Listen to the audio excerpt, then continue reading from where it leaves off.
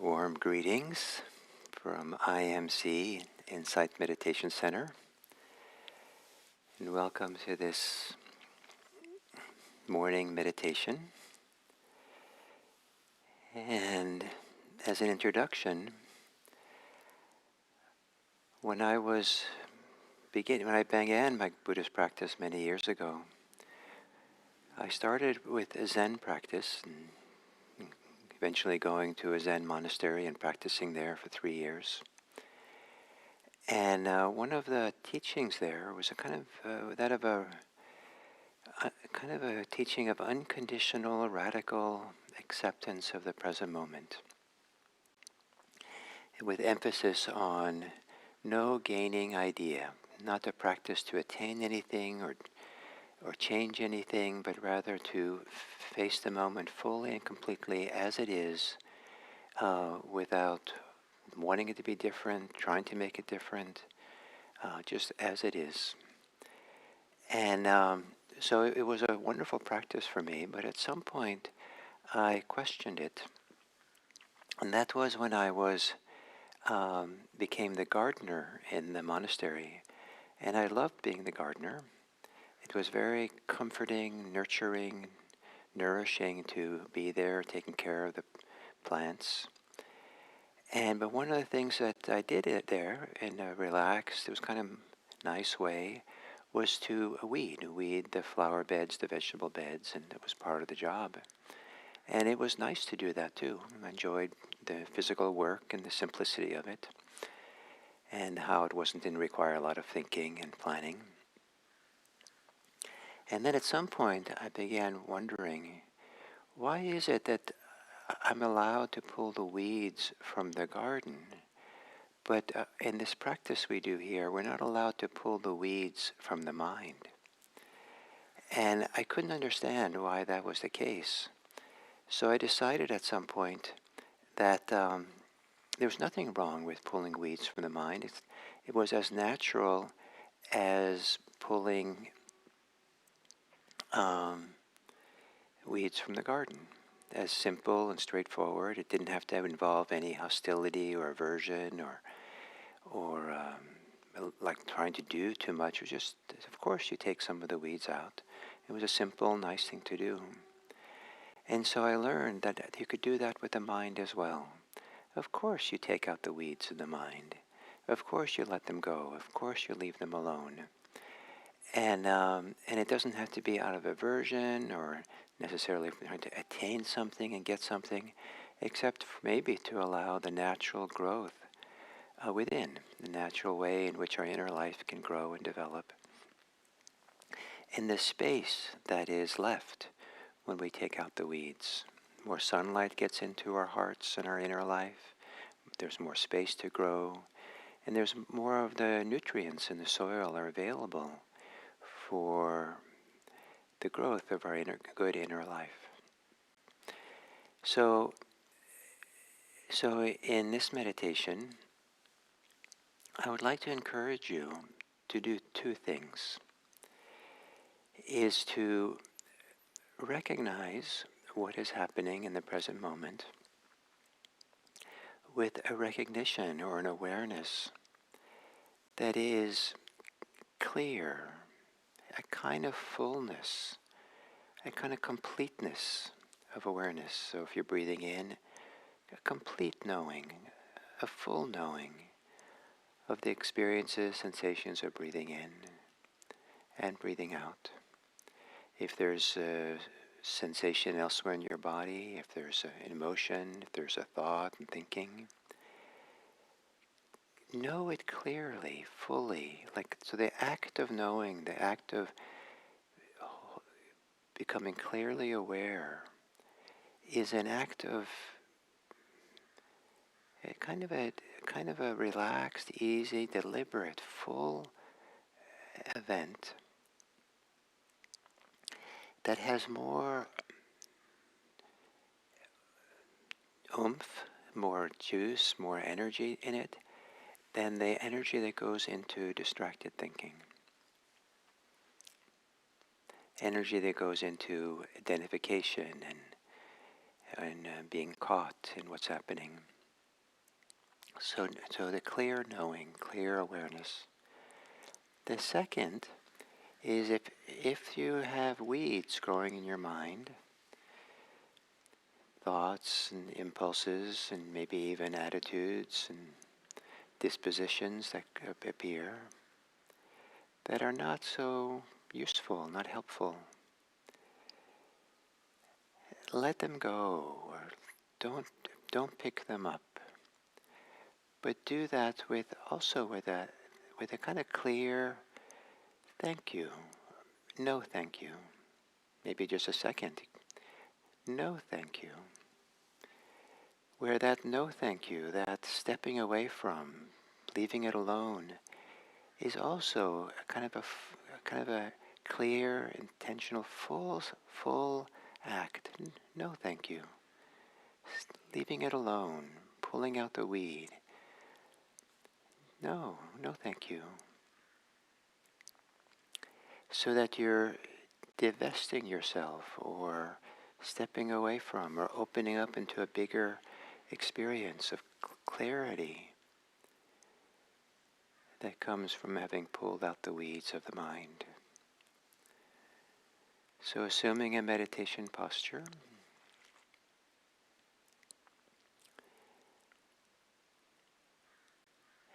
and gently close your eyes.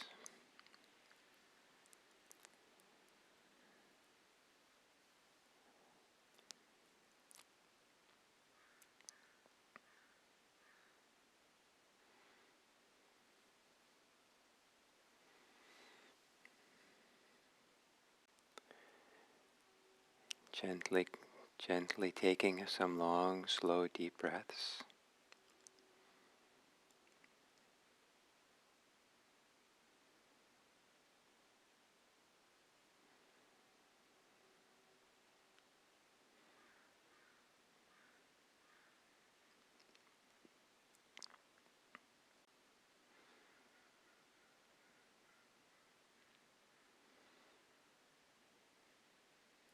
Relaxing on the exhale.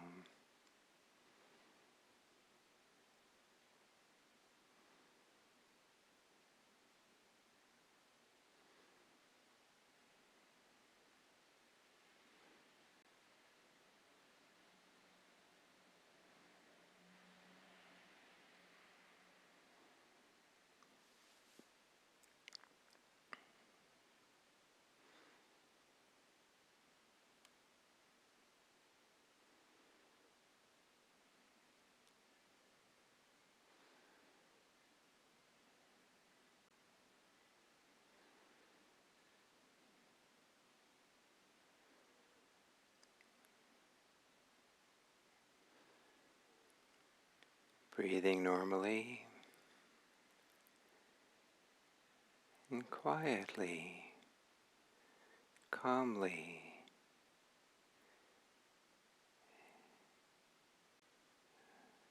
without any strain. Know breathing in, know the inhale, as if it's the only thing to know, know it fully, as if it's the center of the universe.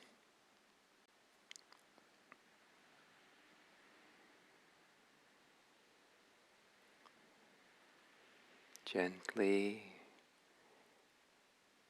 quietly, know the exhale as its own amazing event that deserves full awareness.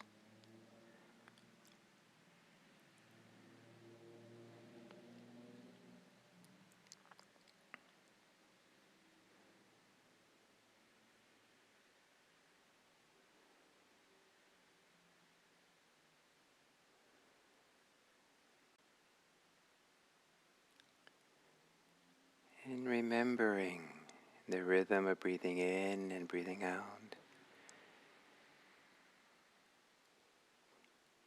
to as often as breathing in and breathing out, to be fully present, know one thing as it's happening.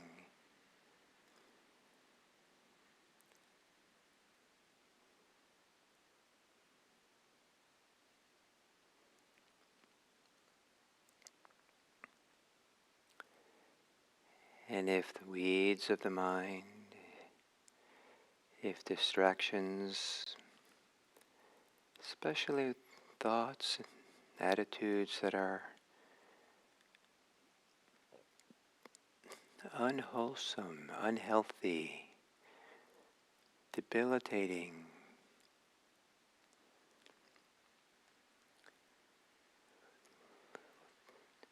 fully know that it's there and fully, gently, in a calm, calm way, say no thank you. And in the no thank you, you divest your energy, attention, identification with those thoughts, with those attitudes, and invest in being aware, openly, freely, without the weeds.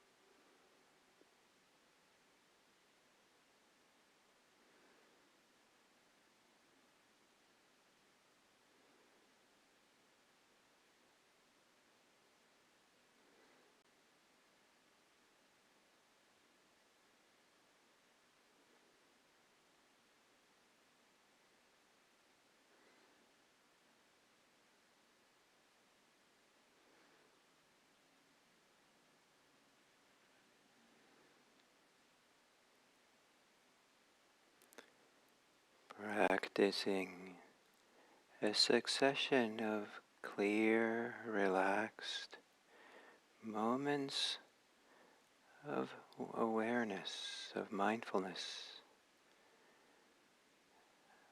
of knowing and sensing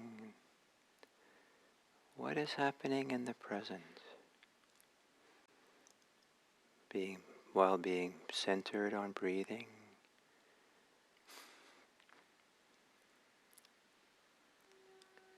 And when useful, a clear, calm, simple, no thank you to whatever arises. It's clearly best not to be engaged in, participating in. No thank you.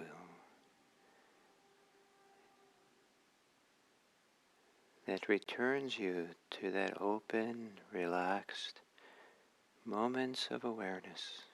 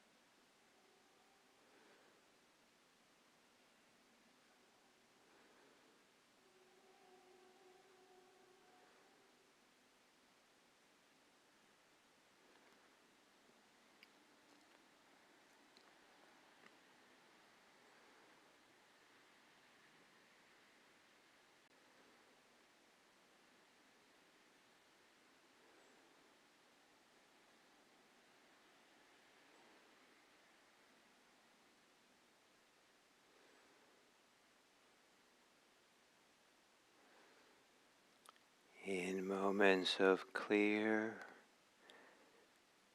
complete mindfulness, in moments of clear, complete, relaxed, no thank you.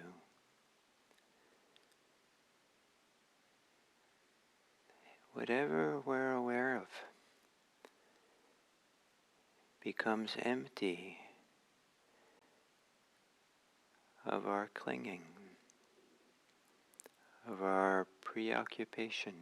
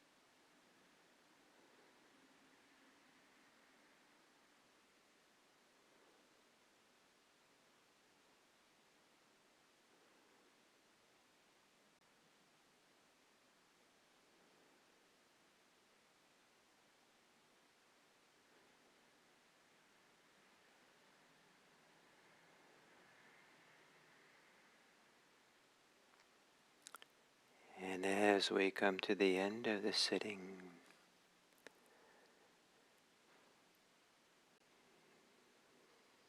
See if there's some way, as you exhale, to relax deep inside, in the core of your being, soften, open.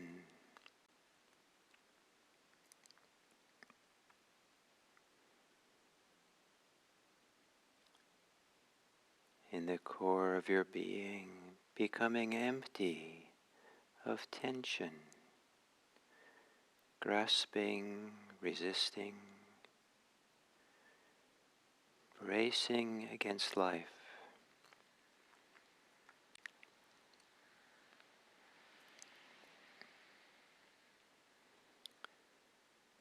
And from the core of a relaxed center,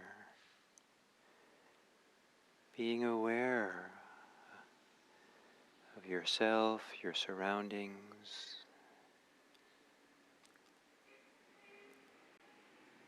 with an awareness that's empty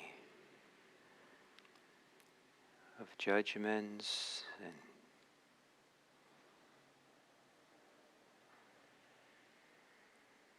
desires, even empty of self-assertion. Just for a few moments, awareness empty of self-concern, just open, clear knowing, here.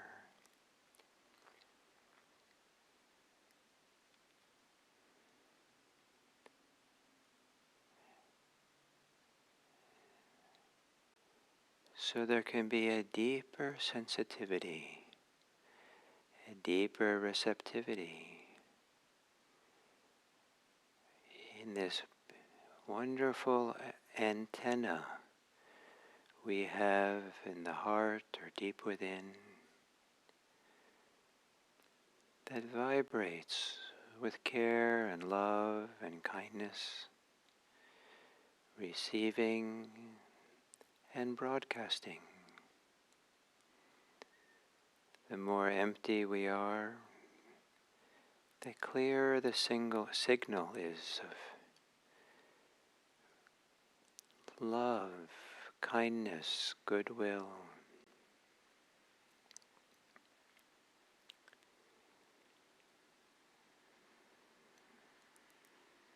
And to end the sitting with wishing, well-wishing for others, well-wishing for the whole world.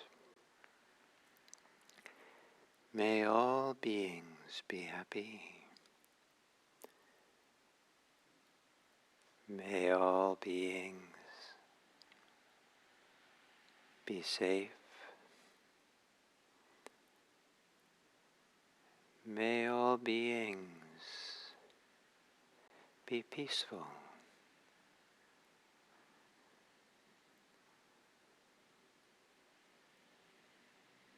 May all beings be free.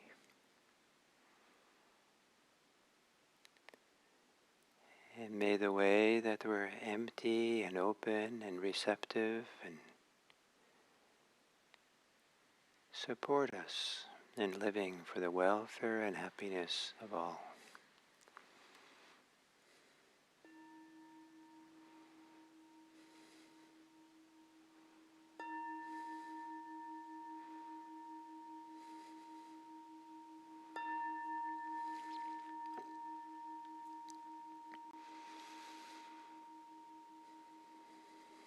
Thank you.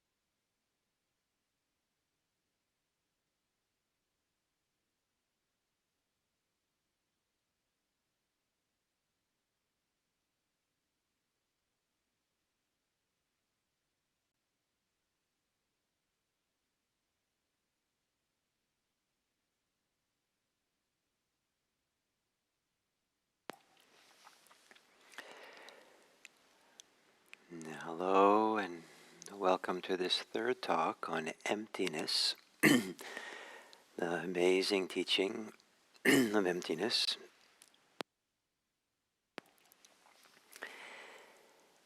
In somewhat paraphrasing the Buddha, he said that when the deep teachings of emptiness are forgotten, the Dharma will be forgotten. So the idea of emptiness is well worth trying to make sense of, even though what's the value of the hollowness or the voidness? I think in Buddhist English, the word emptiness has this very rich and inspiring connotations, but maybe it's something that's learned over time, being with those teachings.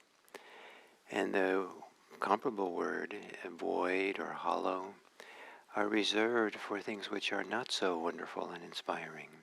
To void sometimes is more emphasizing the absence of something that maybe is important, whereas emptiness is an absence of something which is glorious.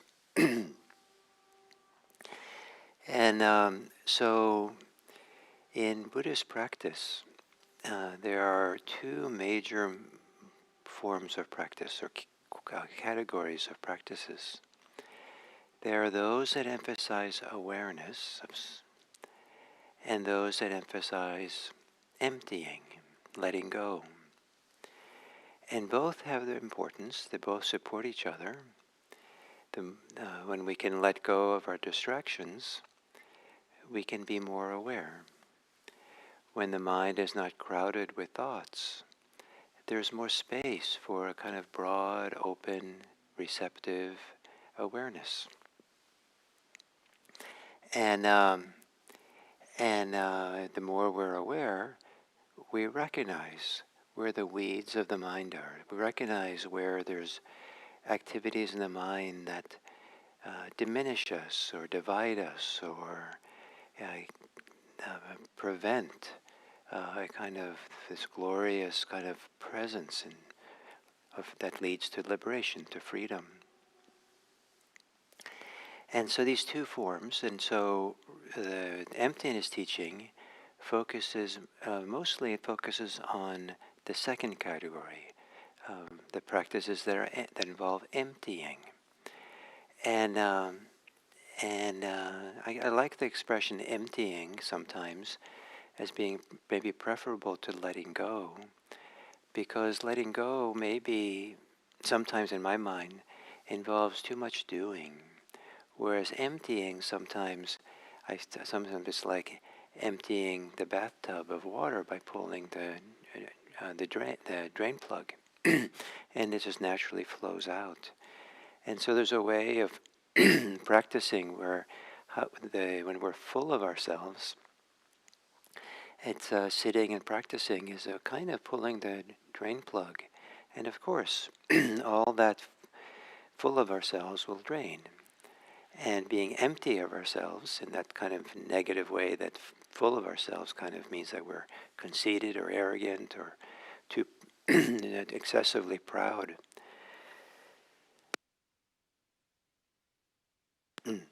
Excuse me. And so the emptying practices of Buddhism are things like avoiding causing harm in the world, letting go of that. Many of the precepts, the primary precepts for lay people, are all about not doing the things that's going to harm other people and maybe also harm ourselves.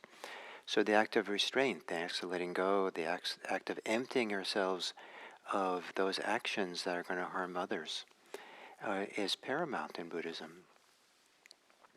The emptying of a kind of preoccupation with objects in the world, whatever it is.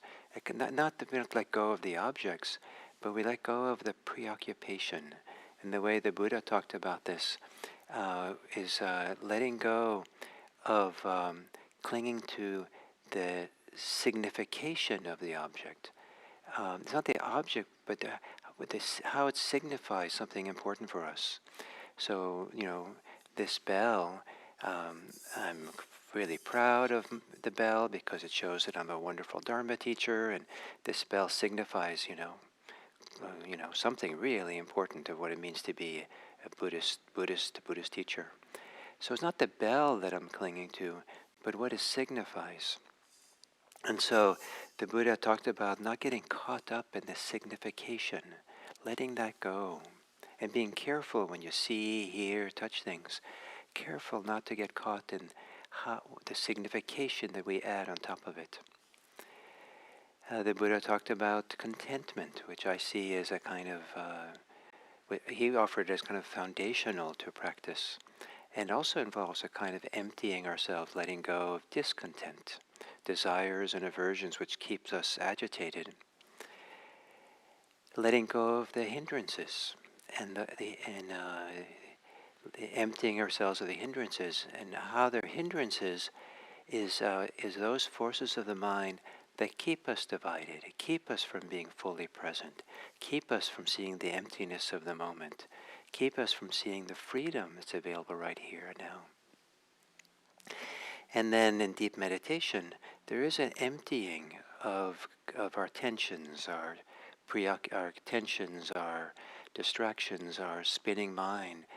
And slowly there's a progressive process of simplifying and simplifying as we get emptied, as the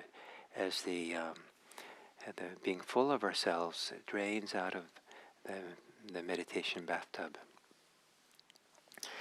And so the idea of emptying. So in this emptiness teaching, there's how things are empty of signification, empty of our projections, empty of permanence, which is seen as a projection, empty of self, which is seen as often a projection onto things within us, for example, and seeing how things are empty, and then that highlights noticing how we get caught in thinking things are real or substantial, or that prevent us from seeing the glorious emptiness of things, that they're empty, because the very act of clinging, of holding on, is the opposite of seeing how they're empty. And so there is a process of emptying, and there's many. So I'm suggesting there are many practices of letting go, of restraint, of contentment, of letting things be sometimes as a form of letting go. And even just a clear awareness is simultaneously a kind of emptying of the whatever was clouding over the awareness. And so there's many different forms this emptying takes. And what they all have in common is an emptying of how we take things to be permanent, how we take them to be the solution for our happiness. This is what's going to do it. This is what's going to create me. Empty of how it signifies something about ourselves. We build up this self around a whole series of significations that we project onto things and make into things. And so emptying ourselves so that we can be radiantly aware. As I said the first day, Sariputta came out of meditation, radiant. And the Buddha said, what meditation were you doing to be so radiant? And Sariputta said, I was abiding in emptiness. And the emptying ourselves doesn't leave us with nothing. Emptying ourselves leaves us with the radiance of awareness, with the kind of the fullness of presence, of attention, of stability, of unification, samadhi, sati, leaves us with the phenomenal faith or confidence that this is good, leaves us with a delightful engagement with the process of being free, leaves us with wisdom, leaves us with a clear ability to discern and to see what is valuable and what isn't, which is the same way of saying uh, uh, uh, where we suffer and where we don't suffer, where we where we diminish the fullness of our life and undermine it and shortchange ourselves, and where we benefit and grow and develop. And so this emptying. And so you might, over this next day, see if there's some appropriate way that you can empty out from awareness, from your presence, from your real attention and being here in the moment, all that takes you out of the moment, all that makes the moment more complicated than it needs to be. Maybe do it in small steps. Maybe do it at times when your day is relatively uncomplicated. Maybe there's a little break. Maybe you're standing in line at a store, or maybe have just parked your car and you don't have to rush off right away from the car. Maybe all kinds of little pauses in the day. See if you can empty yourself. Let go, let be, and be more fully present in the process. Emptying, emptying, and then tomorrow the topic will be emptiness itself, the richness of this wonderful, not just in a concept, but the experience. So, thank you.